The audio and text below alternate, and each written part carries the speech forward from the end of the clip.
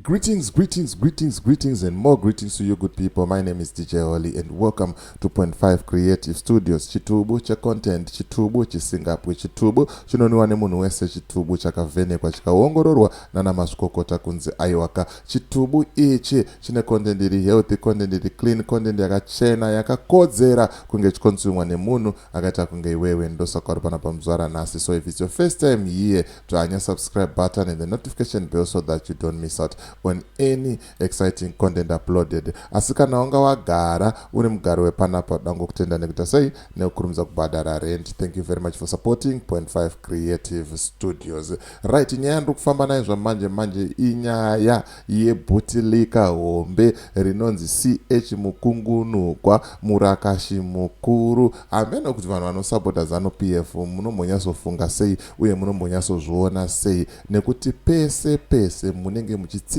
zvinhu zvisingatsigirike ende moita nharo kuti zvinhu izvozvo zvinoita izvo zvisingaite. Handizivi hangu kuti pfungwa dzavanhu veZanu PF vanoita kunge vakadzisiya muchemba vakaita sei vakasara netsvina mumusoro. Hazvi make sense, it doesn't make sense. Ndonyaya yandoda kuti ndikuratidzei apo handiti, but ndisandapinda munyaya yangu zvizere. Ndikutaura izvo kuti kana une bhizimusi raunaro rauda kushambadzirwa, ndibate. Namba dzangu ndo dziri pascreen idzo. Kana une nyaya yaunayo yauda kuti ndifambire, ndibate futi pasame number ipapo. Tinodzifambira nyaya dzacho tisingatye, tisingavhunduke handitika. Right, ndiri kumborova gwenzi rephytomed vana hanzi herbal tea, blended tea yakasanganiswa maherbs ese. Aiwa, gwenzi riri kundikomborera, gwenzi riri kutindira zvakanaka. Ndikutoona kana nteshe dumbo rangu riri kudzikira mbichana ende ndinoziva kuti pandichapedza kurova makosi ese andiri kurova yakani ndinenge ndapo. Saka kana une musoro, une musana, une mudumbu, une malungs infection, une makidney infections, une cancer, une chii, hanzi pacancer parikandise disclaimer, hanzi ine mastages. Kana ichiri kutanga yakadai so inorapika. Saka ndichazotaura naKoni koita sei ombouya tombokurukura nyaya idzi handitika. Saka bata Koni panhamba dziri pascreen idzo, womutaura kuti Koni wabva nekuna DJ Oli ari kutaura izvoni kuti iwewe ndiwe munhu wacho ari kuita zvinhu zvamanje handitika. Right, let's jump into our today's story. Indonakirwa zvangu ini nechitospakwa ende ndikufara, and today is my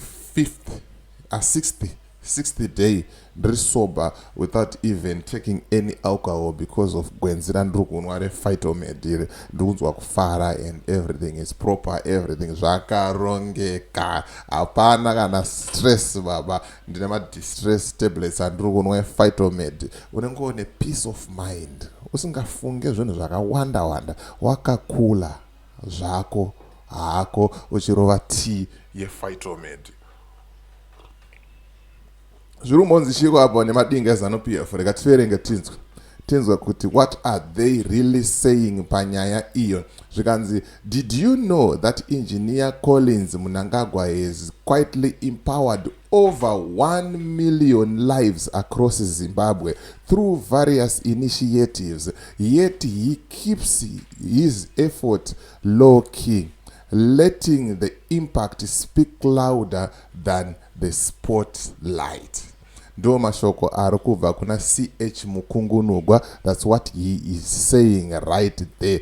But paazokanganisa manje, let's jump into the comment section. Tinzwe kuti comment section, what are they really saying? Kuti zvakaita sei, zvakamira sei. Comment section ndo inopedza, comment section ndo inodya handitika. Zvikanzi namajairos, big up to you mukoma majairos. Rambai makadzvanya ipapo, musasiye vanofanira kuziva chokwadi anambwa ava kuti vaone kuti zvavari kuita hazvina kana musoro. Zvikanzi first thing first, chekutanga title yekuti engineer is a bogus one. Collins is not an engineer. First things first, the title engineer is a bogus one. He is not registered with any organization as an engineer. hanzi haatombozikanwe haamo mumabhuku edzidzo, mabhuku efundo haamo.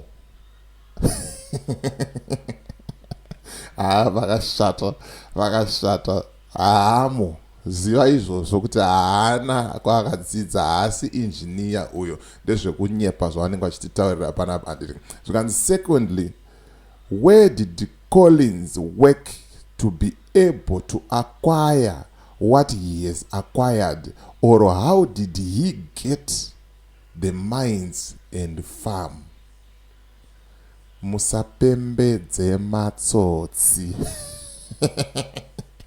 Koma majairosi, aiwa, koma majairosi ndo vanhu vacho. Ende vanongoti neimomo vombo vatongopedza osiya zvakadaro. Ndichaisa maeffort kuti ndimbovabata mukoma majairosi, tombokurukura nawo, tombovaunza paplatform. Onai Murakashi haanete.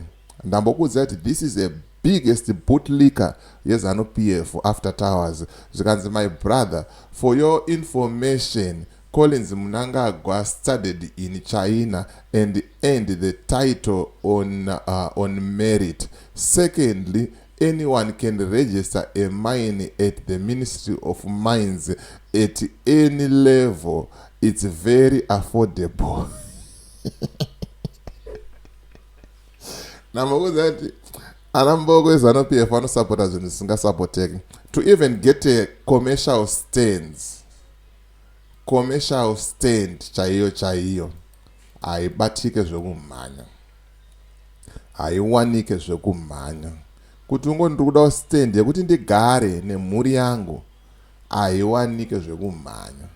Wouya paplatform uchitarira vanhu kuti hanzi mamaini anongoregistwa and it's very easy and it's affordable.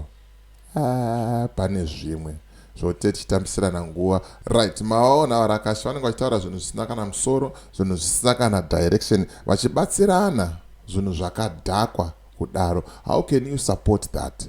How many 1 million lives ari kutaurwa kunzi akachinjwa apa? Pane zvimwe zvoti tinosekerana vanhu vachitaura zvinhu zvakadhakwa kudai. So macomments ari kutaura zvikanzi, for your useless mind, do you think there is any 1 million Zimbabweans who look like they have been empowered? Azi chimbotarisawo kuti vanhu milioni vapi, 1 million vapi vakaempowerwa muZimbabwe?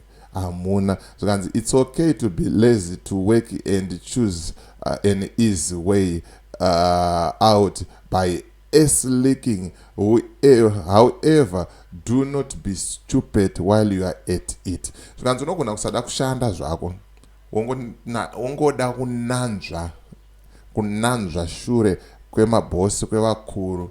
But kana uchizviita izvozvo, izviitewo neungwaru, zviitewo nekuchenjera. Usangoita for the sake yekuti urida kuita sei, urida kungozviita.